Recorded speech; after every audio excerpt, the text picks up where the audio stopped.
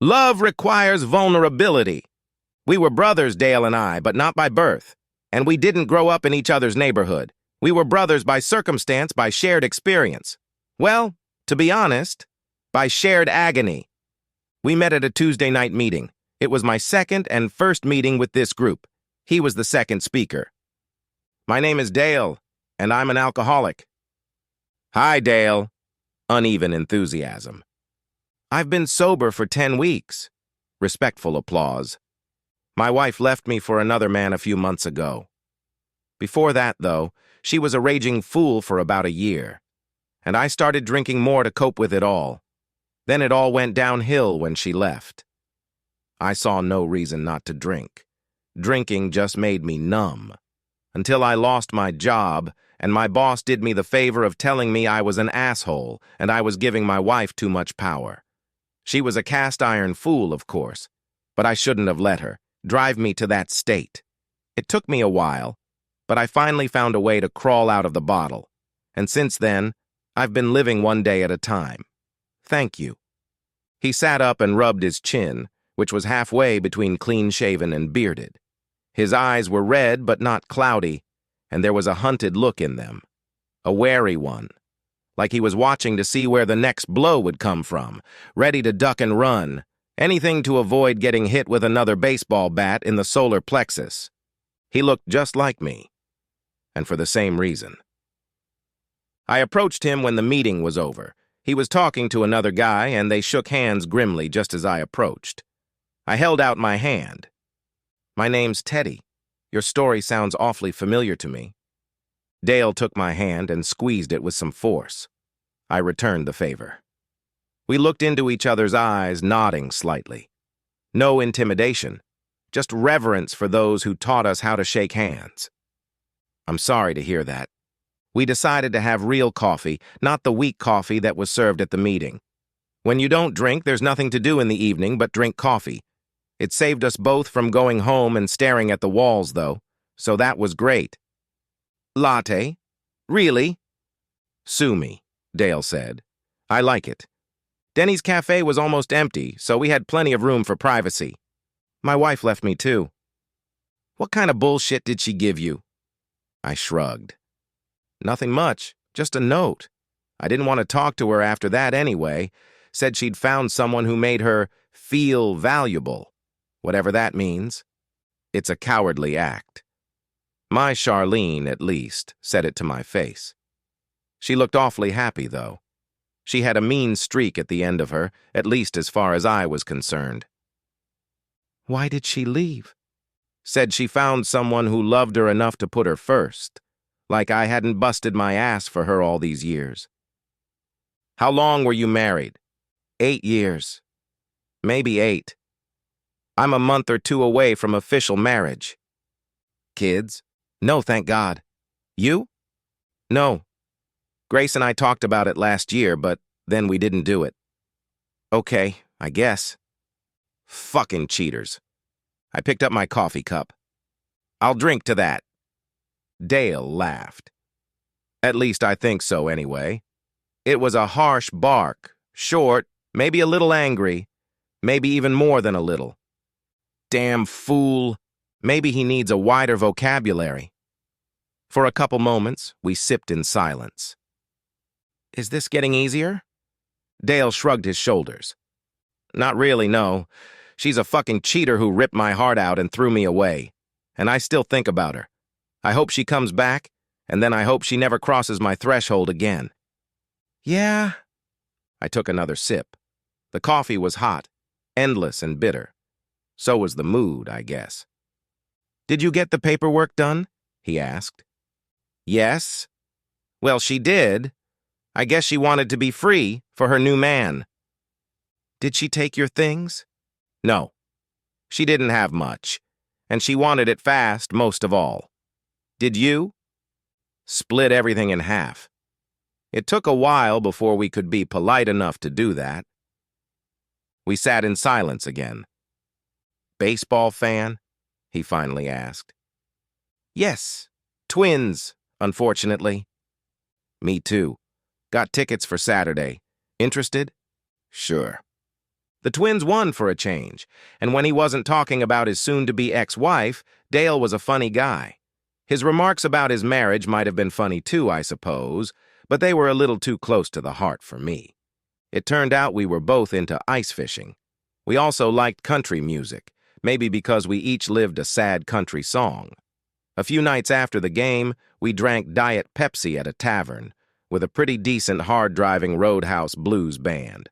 It was the off-season for ice fishing, but the next weekend, he invited me to go fishing, with a couple of his other buddies who had a boat. Diet Right Cola doesn't taste as good as beer when you're on the lake, but you don't get hangovers, so maybe it's a fair trade-off.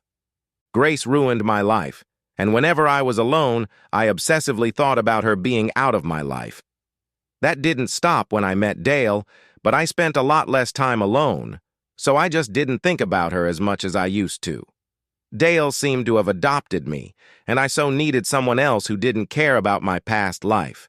He was de facto a big brother. He organized outings, and he had a wide circle of friends, acquaintances, and co-workers who loved doing things with him. He was an interesting guy, confident in his desires and determined in his actions. I don't think he ever doubted himself. But we all knew one thing. Dale's ex, Charlene, had broken up with him, and when he got a morsel in his mouth on the subject, he really went ballistic. If she wanted a flamboyant asshole with a Mercedes, why did she marry me? Fucking cheater, that's what she was in the end. Dumped me for some richer guy, a gold-digging fool. Nothing was good enough for her. I learned early on to keep my mouth shut when he started talking about Charlene, just like everyone else. Talking about her pissed him off, so sometimes silence allowed him to shorten the tirade. But usually no. He created an impressive monologue through simple repetition. You think I ignored her? Left her alone at night? We stopped asking questions, so Dale took over on his own. Hell no! I gave up my bowling leagues when I got engaged to her. Never stayed up all night fishing. No more than one game a month, and half the time I asked her to come too. At first she agreed, then she stopped. Never said why. Was I drinking too much? Then, no. One beer after work was my limit. Maybe a couple if the game was good. And I always got home in time to get some things done before dinner so we could watch TV afterward. And I took care of her in the bedroom too. She didn't complain. She didn't scream. But she seemed to enjoy lying on the bed with me. At first we did it 4 or 5 times a week, then a little less often. And by the end it was once a week, maybe twice, if my birthday didn't fall on a Saturday. He was totally devoted to Charlene, but for some reason, she stopped liking him. One of the guys from his high school once asked him how long she had been making love to him. Dale replied in his saddest voice, I have no idea. I never let her tell me. I stopped talking to her or listening to her as soon as she said she wanted a divorce. Never saw her again without her lawyers. I understood exactly how he felt, but after a while, I got uneasy listening to him. I really liked this guy, and having lived my version of his life, I felt guilty towards him. Plus, I owed him for taking my sorry ass in when no one else did. But Charlene wasn't going to go back, and at some point, you just have to say, screw it, and move on. Sure, it was easier said than done, but he was skinny, with a little tummy, he had all his hair and teeth, and he had a good job. A lot of women would have been happy to have him, but he insisted on picking the scab so his wound was always red. Maybe I was doing the same thing. I didn't think so since I hated thinking about Grace. But I couldn't stop thinking about Grace, and when I did, everything was black. I guess it was rejection that gutted me. She was perfect. No supermodel for me, Grace had meat on her bones. She was lively and laughed all the time, often at me. She was smart, and when she lost her temper, I learned to keep my head down until she got over it. She never read anything, but listened to podcasts all day if she could, so she knew tons of information about everything. I loved her. I thought about her at work and smiled. I couldn't wait to get home to her. And when she told me she loved me, well, there's no better feeling in the world than reciprocated love. I couldn't understand how the woman who chose me over everyone else could turn around and choose someone else, especially after she told me she loved me. I thought that made me better than everyone else, at least to her. How could it be that you fell out of love? After 3 years? I couldn't have changed that much. I completely understood Dale's feelings for Charlene. I'd lived for Grace, and she'd just cast me aside. If rejection after rejection baffled me, betrayal infuriated me. My father always said you should finish one thing before you start another. Good advice. Grace never understood it, or at least didn't heed it. The fact that she could do such a cruel thing to someone she claimed to love pretty much told me that she didn't really love me, and that hurt a lot. And it made me very angry that she had desecrated our home with her betrayal. It was our shared place, a sanctuary that represented our marriage, our shared refuge from the big, indifferent world. And she'd brought someone else there. Fucking cheater. Maybe I was on the road to Daleville after all, till I took the bypass. I first saw her at a barbecue one of Dale's friends was having. Dale was the unquestioned leader of our group of guys, but he had one unbreakable rule: guys only, no women, never. But not all dudes were as intolerant of women as Dale, so Cal invited us all over to his place on Saturday. He had beer and enough potato salad to feed us all for the rest of the month, but we had to bring our own meat for the grill, a plate, and whatever we wanted to drink, just not Molson. Dale, of course, didn't show up, but almost everyone else did, some even with dates.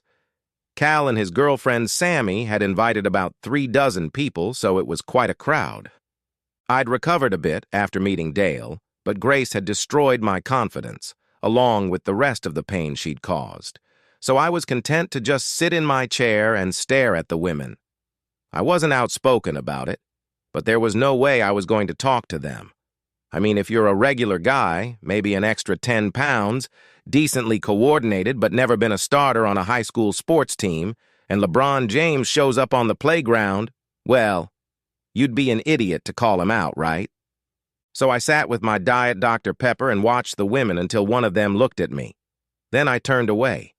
Problem is, I only have 2 eyes and they work together, so I didn't notice her coming in from the side. "Well, aren't you shy?" said a soft but confident voice to my right. She had a slightly southern accent. I had never been shy, but that voice startled me so much that I dropped my drink can, and it splashed all over my feet and flip-flops. The soft voice started laughing, but it wasn't an angry laugh, just a happy laugh. Then she put a tiny palm on my hand, squeezed it tightly, and said, "I'm sorry, I didn't mean to scare you." She was skinny, and if she was 5 feet tall, it was only because of the thick blonde hair on her head.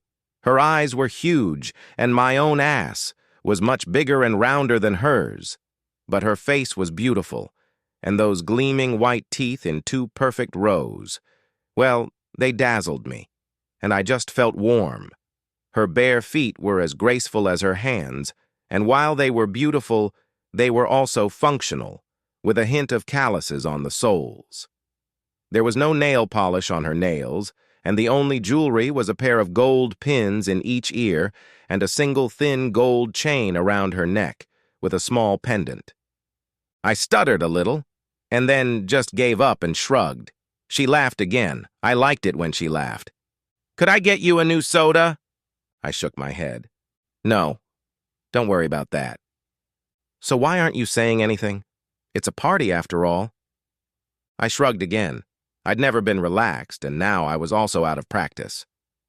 "Nothing to say, I guess." "Everyone has something to say. What's your name?" "Teddy." "That wasn't so hard, was it?"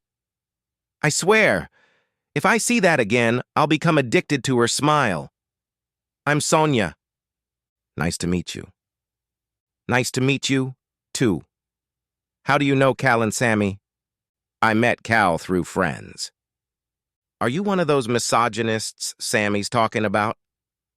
I cringed a little at that. I thought Grace was straightforward, but this Sonia just said whatever was on her mind. Her accent softened her words, but God, those words. I couldn't argue with that, though. The description fit Dale more than not.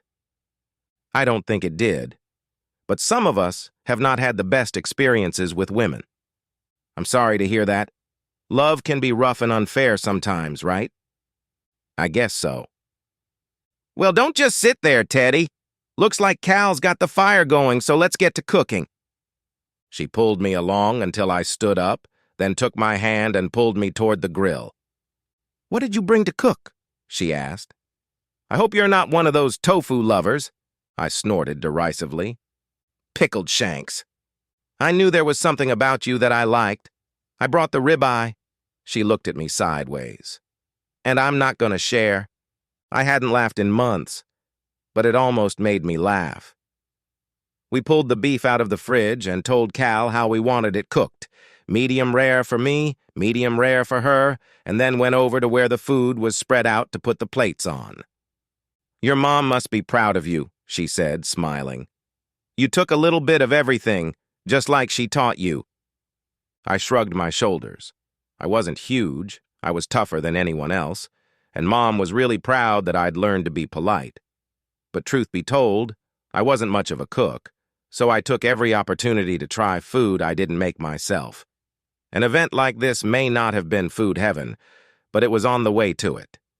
Sonia's ribeye was ready first, but she waited until mine was cooked. We made our way to where the tables were set up and were spoiled for choice, as Sonia and I were among the first to get our food. We found a table that wasn't too wobbly and sat down. Eventually, someone would join us, but for now, we were alone. You really don't talk much, do you? She asked, cutting into her fillet. I'm not very interesting. And you're not very good at flirting either. Good thing you're cute. Handsome? I'm 6 feet tall and broad, and I'm never to be confused with Zac Efron. Have you had your eyes checked lately? Yeah, I like my men to be serious. My ex-wife said the same thing when we met. I guess she changed her mind somewhere along the way. I put a bite of potato salad in my mouth before I realized how bitter it sounded. Hell, that's probably the very definition of bitter. But I was being polite, so I didn't speak with my mouth full. To my surprise, Sonia only gave me a perplexed look and remained silent until I swallowed. I'm really sorry for what happened. It was really awful. I wanted to say, thank you. Well, that brought a bright smile to my face. Nice save. It's always attractive when a man apologizes. I smiled at her, too. I have plenty of reasons to apologize. You do? Or is it just what your ex said about you? Wow, she was really direct. You don't have much of a filter, do you? I say what I mean. It's not to everyone's taste. She lowered her gaze to her plate, then looked at me through her bangs with a sly smile. How about you? I laughed, and it felt good. You know, I think I do. I paused for a moment, then decided what the hell. This is the first time I've laughed in a very long time. Sonia tilted her head, and her eyes narrowed as she studied my face. I don't think I like your ex in the slightest. So we have one more thing in common, then. She nodded and went back to eating. I did, too. We sat and ate, mostly in silence. There was no awkwardness. Maybe she was just waiting for me to start a conversation, but if so, she didn't give any sign of it. But my mind was working. Do you have an ex? I finally asked her. A few, but ex-boyfriends, not ex-husbands. Did you end it amicably? Not really. I don't hate them, but I'm not going to lift a finger for them anymore.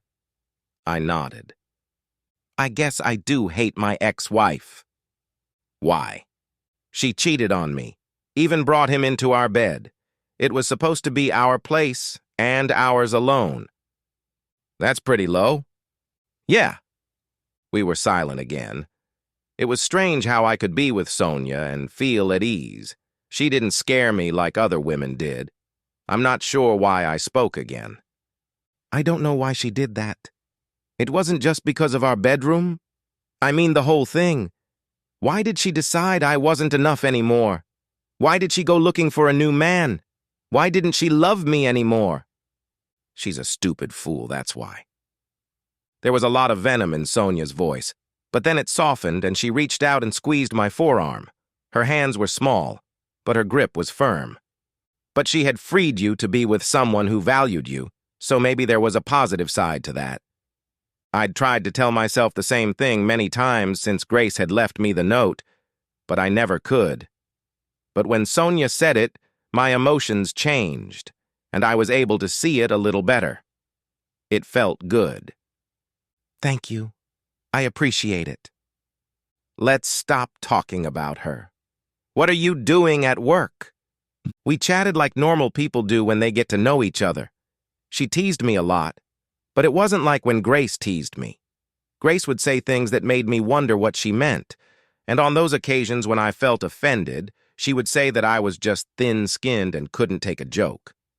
Sonia was saying something, and maybe it was because of the accent or the knowing smile. But it seemed obvious that she really thought I was okay.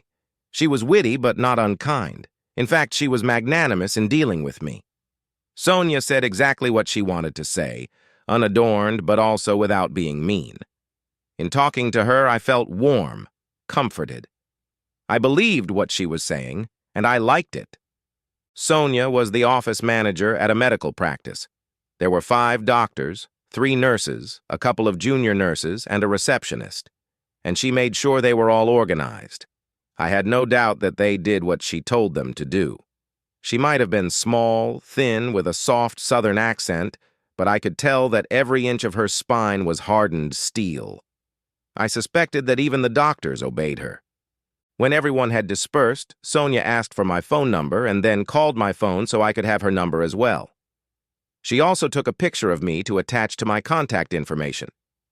She showed it to me. My eyes were closed and I was saying something while she took the picture. "You have to take another one." I sounded whiny, even to myself. Sonia laughed. "I'll make a new one the next time I see you." I don't know if she was being clever or not, but I took the bait anyway. "Have you ever been to Lindy's? I know you like steak." "No. Is it good?" "It's the best. What night do you have free this week?" "Depends on what else is on your mind. I work early in the morning, Monday through Friday." "How about Saturday?" And just like that, I had a date, which really pissed Dale off. We were at our weekly bowling night. We didn't belong to any league, but with a dozen guys, give or take, we could bowl as teams, in any combination. We had all the fun, without having to play the same guys every week. As usual, Dale organized us. The Orioles twins on Saturday night. Who's in favor? Most of the guys raised their hands. Jan and JD had family stuff going on, and Pete's brother, Pete, was doing a gig at a wine bar. Dale gave the 3 guys a light dose of shit for their previous commitments, then turned to me. "What's holding you back, Theodore?" He'd started calling me that because he thought Teddy sounded too juvenile. I didn't care if it did or not, but if it made him happy, it didn't bother me. "I met someone at Cal's party. We're dating." Dale was silent for a moment, but the dark cloud that engulfed his face said it all. "Didn't learn anything from Grace, huh?" It annoyed the shit out of me, but Dale supported me 100% in a lot of ways, so I got over it. I shrugged. "I realized Grace didn't love me like she said she did. I'm not sure how that will affect Sonia. I can't trust a woman is what it reflects. I hate to see you setting yourself up that way." I shrugged my shoulders again. "I guess we'll see. It's just a first date." "It all starts on the first date." I didn't say anything. He was like a big brother to me, and I knew he was just looking out for me, but he was letting his fears invade my life. He didn't know Sonia. Hadn't even met her as far as I knew. So while I respected him, I didn't pay attention to him. He didn't pay attention to it either. But I knew it hurt him, and some part of me felt like I was betraying him. After all, we were in the same boat, the good ship. He just didn't want to disembark. I'd completely forgotten about him when I picked Sonia up on Saturday. I was dressed appropriately, which meant black jeans, a white button-down shirt, and a black and white sports jacket. I'd even shaved, but Sonia was just a vision. I can't describe her hair, but it was amazing. She had them tucked back, but they still framed her face, but high up, so the first thing you noticed were her eyes. Those incredible, striking, honest, warm, huge brown eyes. I'm sure she was wearing makeup, but I couldn't tell. And that smile of hers made my thoughts drift away until a light giggle brought me back, stuttering and completely stunned. "Thank you," she said, her face brightening. I'd never had a better compliment. I hadn't said anything. "You didn't need to." I didn't know how to answer her, so I didn't. I held out my hand and she took it, and even as her fingers gently intertwined with mine, I felt the strength of her grip. I had no doubt she could kick my ass. Hell, maybe even really. I was twice as big and a quarter as hard, and she was pure steel. Lindy's was the same as it had always been, gorgeous. None of that charred sea bass on a bed of dandelions and summer corn. What kind of corn grows in the winter? Lindy's will serve you steak cooked the way you want it, with potatoes, salad, and garlic bread. And that's the menu. The place looks like a nice tavern or restaurant club with lots of wood paneling, sturdy tables and chairs. No glass, chrome, or recessed lighting. You get exactly what you see. That was the case with Sonia. She wasn't vindictive or grumpy, gossipy or resentful, but when I asked her a question, she always answered without trying to dodge or brush it off. If you had a problem with something she said, that was it. You were the problem, not her. If you don't want to know the answer, it's best not to ask. "So, what do you love more than anything else in the world?"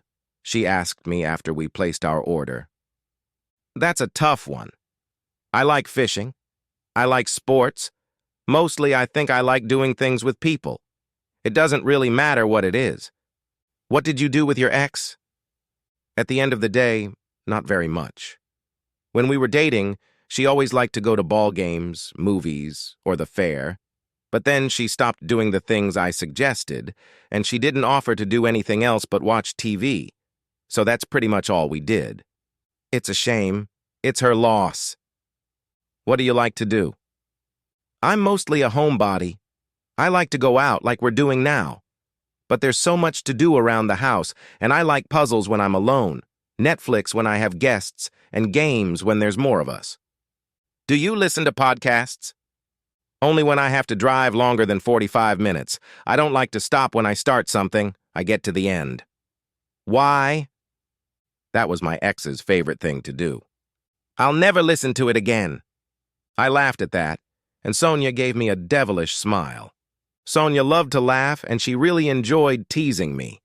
I think she took it as a challenge to make me laugh, since I didn't do it often, and she knew that teasing me was a good way to loosen me up. Also, I think she was mischievous by nature. She was a serious person, but she wasn't heavy or morose. Anyway, and we didn't spend a lot of time complaining about each other. And when you put all that nonsense aside, there's plenty of time for joking and teasing. We saw each other pretty regularly. The following Wednesday, we went to a movie, and Friday night we had dinner again. Sunday afternoon, we had a picnic and walked a bit in the forest preserve. We walked holding hands, and I kissed her for the first time right after I helped her cross the creek. She slipped, and I grabbed her tightly and pulled her to me. She looked up at me with her incredibly big eyes, and I just leaned in and kissed her. Her kisses lit me up like I had never been lit up before. She pressed herself against me, those steel bands she called arms wrapped around my neck, those small but firm arms wrapped around my shoulders. For 20 minutes afterward, my mind was a mess, and there was a satisfied smile on her face until I let her go. The more she talked, the more attractive she became. That accent fascinated me, and whenever I was moody, her smile alone just destroyed that mood. I mentally saw her when we were apart, and to me she was the most beautiful, sexiest woman I had ever known. Like many women, Sonia was self-conscious about her looks. We ate ice cream sitting on a bench outside the cafe. Triple cone? I shook my head. That thing is about as big as you are. I need to get better. My 10-year-old nephew has more curves than I do. Whatever. No one is as beautiful as you. Somehow I hypnotized you. I know what I look like. No, You know what you think you look like. You're a woman who knows what she thinks, says what she thinks, has a killer sense of humor, and takes care of some guy whose wife, tired of him after only 3 years. And she lives in this tiny package with no extra space, just what she needs. Her smile dazzles me. Her eyes tell me everything she's thinking, and that little firm body makes me horny for her all day and all night. That's what you look like. Well, that got me a smile, an awesome kiss, and the threat of kisses the next time we were alone. I wondered how quickly I could get alone with her. The first time we made love, I was worried I might crush her, so I handled her delicately. I want to feel your weight, Ted. It's a lot of weight. I don't care. You're not going to hurt me. I want to feel you all over me. I want you all around me. It makes me feel loved. Making love with Sonia was different from anything I'd done before. Her body was hard and firm, but she made love softly, at a slower pace than Grace and most of my previous girlfriends. I was more than happy to follow her directions because she made sure I had my time too. The pace of lovemaking with Sonia gave us both plenty of space to explore our desires. I could relax and play with her, respond to her cues, fully confident that we would get to where I wanted too. And cuddling with Sonia afterward only made our lovemaking better. Hugging each other, physically fulfilled and emotionally connected, sinking into sleep with our arms around each other, we were just solidifying everything that had gone before. I didn't need a thunderclap to tell me I loved this little babe, and it was pretty obvious that she loved me too. Still, I didn't completely trust her feelings. Grace said the same thing, in general terms, and it ended with a note taped to the refrigerator with the Niagara Falls magnet we got for our first anniversary. True to her nature, Sonia didn't flinch when she noticed it. "Are you okay, Ted?" We were sitting at her kitchen table eating the last bit of chili she'd made the weekend before. "I think I am." "Why?" "You seem to have something on your mind. You usually pay more attention to me." "I'm sorry, Sonia. Maybe I'm a little tired. You know, you wear me out at night." She didn't even smile. "You can joke around if you want, but something's bothering you." I shrugged. I didn't know I was acting any differently, but I really didn't want to dig into my psyche. I guess I knew there was something there, or I wouldn't have been evasive like I did. "You know you can tell me anything." "I do. I won't get angry or upset." "I know you won't." "So what are you so concerned about?" "I don't know. Nothing specific." "Are you worried about something at work?" "No. Everything's fine there." "Did you get any bad news when you talked to your folks last time? Is your brother okay?" "No, they're doing fine." "Are you worried about me leaving you?" That made me wince, at the sudden sharp pain in my chest. In a flash, she was in my lap, her strong arms around my neck and her mouth next to my ear. "I will never, ever hurt you as much as your wife, Ted," she whispered urgently. "You're my man, in case you didn't know." I wrapped my arms around her lean body with my stronger arms and nodded against her neck. I didn't trust myself to speak, so I just squeezed her a little tighter. I felt her smile on my cheek. "I could feel you pulling away from me. That tells me how you feel about me, and that makes me very happy." She pressed her forehead against mine and touched her nose to mine. All I could see were her bottomless eyes. "But know that I will always tell you what I'm thinking and feeling, and when I make a promise, I always keep it. You don't know that yet, but you will." "I believe you, Sonia." I waited a moment, and then I added, "I love you, Sonia." "I know you do, my big, strong man, and I love you just as much." Both of us were very happy. Dale, not so much. As I started seeing Sonia more often, I didn't see Dale and the boys as much. I still looked forward to bowling, bar music nights, and games, and they kept inviting me over, so I went there when I didn't have other things to do with Sonia. Sometimes it was dinner or a movie, but just as often we stayed home to work on a puzzle or watch TV. And love. We really loved lovemaking. I also loved spending time with the guys. With the exception of Dale, they treated me the same way they usually did. Dale didn't hurt me, but sometimes he would scowl and not say much to me. I tried to talk to him every time we went out. I liked the guy and owed him, but he was usually rude and then quickly moved on to someone else. I got the message. He saw us as two peas in a pod, cemented into a fraternity, thanks to contemptuous treatment on the part of our chosen women. Maybe he resented that I had found someone to love and who seemed to love me back. Or maybe he was disappointed that the lesson of not trusting women didn't stick. Or maybe he just felt I had betrayed him by leaving him for Sonia. Maybe Sonia had an effect on me. Or maybe I just missed Dale. Whatever the reason, one night when we were at Dusty's house, I followed him into the bathroom. "Did I piss you off, Dale?" He didn't look surprised. "Why would you say that? You don't say anything to me, and you look at me like I killed your dog." "I don't have a dog. I actually hate those whiny animals." "Then why is your shoulder so cold?" He shrugged. "I think you're fucked up. I don't want to be around when it hits the fan. It'll remind me of Charlene." "You think every woman is going to do bad things to you?" "That's my experience. I think Sonia's different." "I hope you're right, but I'm not betting on it." "You've got 40 or 50 years to live, Dale. Are you going to be alone that whole time?" "At work, I'm around people all day, and there are only 1 or 2 nights a month when I don't socialize with friends. That's hardly loneliness. You know what I mean." I was done and out of breath, too, but I followed his example and stayed put. He shrugged again. "I'm not bored. There's no woman worth the risk. And here it is. I hated to see it, but I sensed his truth. Love requires vulnerability, and he'd been so scorched by Charlene that he'd never, ever let anyone get that close again. He would always have many friends in his life, but he would never let anyone inside, the inner ring of his heart. I was sad for him, but I understood that. And I wanted the best for him, given his choices. Okay. I nodded to emphasize my agreement with his choice. "But I have another hope." He looked into my eyes again, then smiled weakly. "Okay.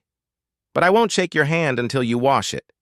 You're just the kind of guy who might accidentally pee on it." I entered Sonia's cottage, using the key she gave me. I tried to be quiet, but it was dark, and I'm not the most graceful guy. "Is that you, honey?" she called out from behind me. "Yeah." "Is everything okay?" Now that I knew she was awake, I turned on the hallway light, making it much easier to get to her bedroom and making it much safer. I quickly stripped down to my underwear and then slid under her blanket. I pulled her to me and pressed her against my chest. She didn't resist and put her top leg over my hips. "Everything is beautiful," I said quietly. I took a deep breath, inhaling and then exhaling, and did it again and then again until I finally calmed down. I kissed the top of her head and felt Sonia's smile on my chest. "Sonia?" "I don't think you know how much you changed my life. I don't recognize myself from the moment I first met you. I'm probably the luckiest guy in the world." "I didn't do anything. I love you, Ted." "I know you do. And your love has not only restored me, it saved me from so much sorrow and pain. You make me so happy." That's what love is, honey. "Well, you found me at just the right time. I never want to be without you, Sonia." "Never. Can we go to sleep now? I have to get up early tomorrow." I smiled broadly at my little woman who had taken charge. The rest of our life together promised untold riches in the form of happiness, and I couldn't wait to get started. The end.